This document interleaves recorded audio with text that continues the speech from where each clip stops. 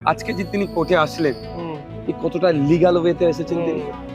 RSS backup দিচ্ছে বলে এটা হচ্ছে। এখন মনে হচ্ছে ওই ধান্দাবাজগুলো বিজেপিতে যাওয়ার লাইন করছে।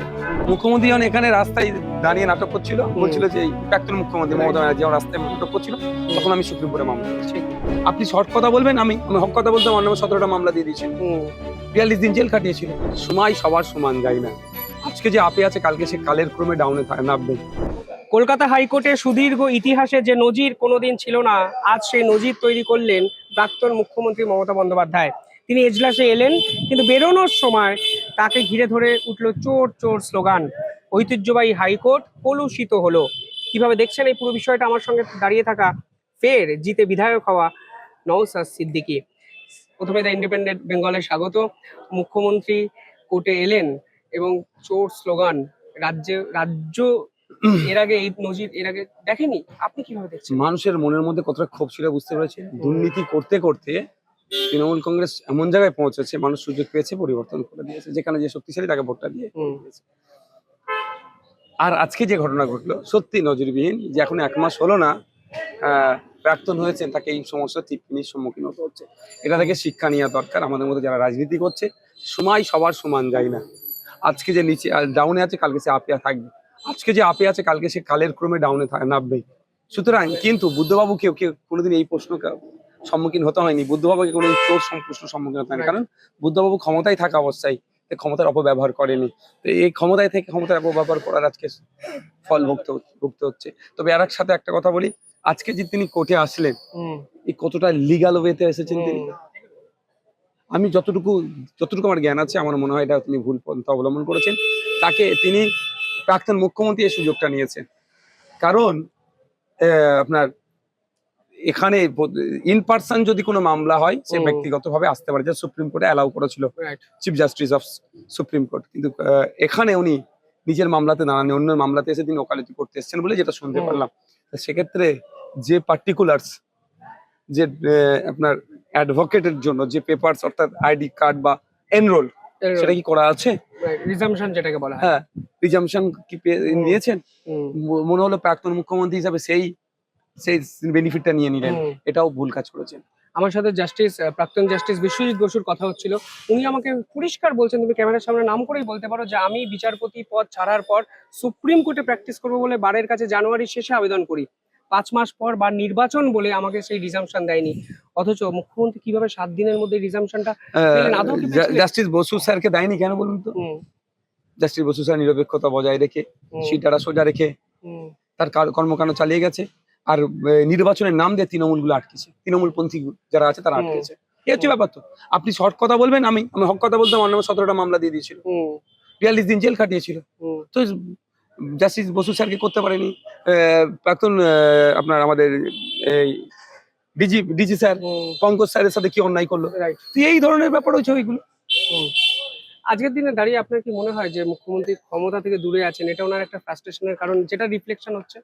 স্বাভাবিকভাবে ক্ষমতার অপব্যবহার করেছে বলে আজকে আরো বেশি হচ্ছে।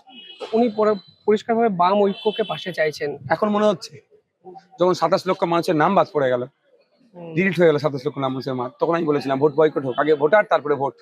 মমতা ব্যানার্জি তখন সাড়া দিয়েছিল। এখন বিজেপি তাতে সরকারটা তুলে দিয়ে এখন তিনি বাম ঐক্যকে পাশে চাইছে। মুখ্যমন্ত্রী তো সুপ্রিম কোর্টে গেছিলেন, উনি বারবার বলেন উনি মামলা করেছেন। লাভটা কি? অনেকেই জানেন না যে আপনিও মামলা করেছেন এটা নিয়ে।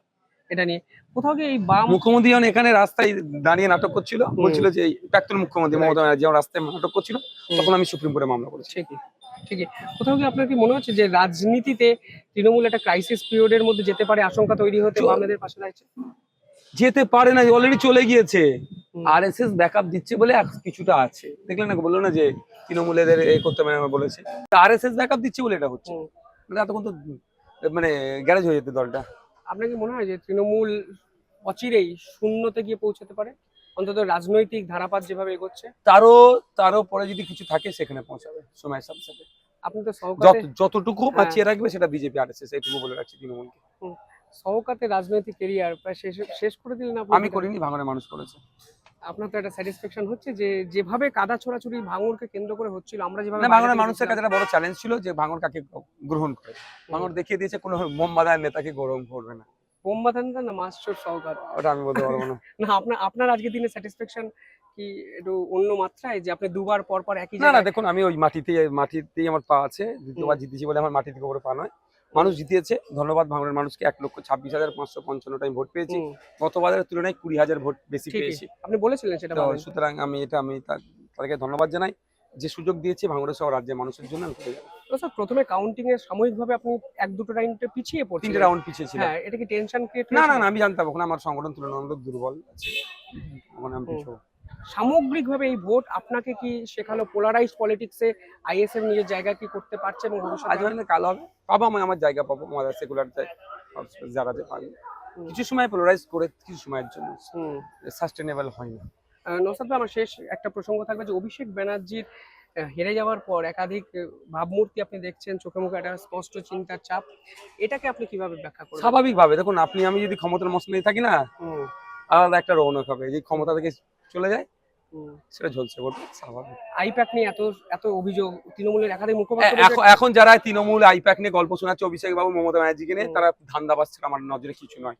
ওই ধান্দাবাজ গুলো বিজেপিতে যাওয়ার লাইন করছে। হুম, আইপ্যাক নিয়ে সমস্যা করে অভিষেক বাবু সামনেসা করে, মমতা ব্যানার্জি কথা শুনে না, তখন বলতে পারোনি কেন? হুম, তখন এই মমতা ব্যানার্জি অভিষেক ব্যানার্জি আইপ্যাক খুব ভালো ছিল, তখন তেল লাগাচ্ছিল। হুম, এখন যে ওরা ক্ষমতা থেকে চলে গেছে, এখন ওদের নামে চারটে খারাপ ভাষা বলবো বলে ওরা চেষ্টা করছে বিজেপিতে ঢুকবে। এসব ধান্দাবাজ ছাড়া কিছু নয় তো। আমার শেষ একটা প্রশ্ন, বিজেপি ক্ষমতায় আসার পর বামেদের কাজটা কঠিন হলো না সহজ হলো? মানে আপনাদের জোটের কাজটা? আমাদের দেখুন, আমাদের একদিকে যেমন দুর্নীতিগ্রস্ত যারা তাদেরকে বিতাড়িত করা হলো, কিন্তু ফ্যাসিস্ট এসেছে, হুম, সব অবশ্যই কঠিন। কঠিন হলো। আপনার লড়াইয়ের জন্য প্রস্তুত? একদম। অবশ্যই অত্যন্ত আশাবাদী নওশাদ লড়াইয়ের জন্য প্রস্তুত। সময় বলবে ভবিষ্যতে কোন দিকে যাচ্ছে আইএসএফ এবং নওশাদ সিদ্দিকীর লড়াই। ধন্যবাদ, দেখতে থাকুন দ্য ইন্ডিপেন্ডেন্ট বেঙ্গল। ধন্যবাদ।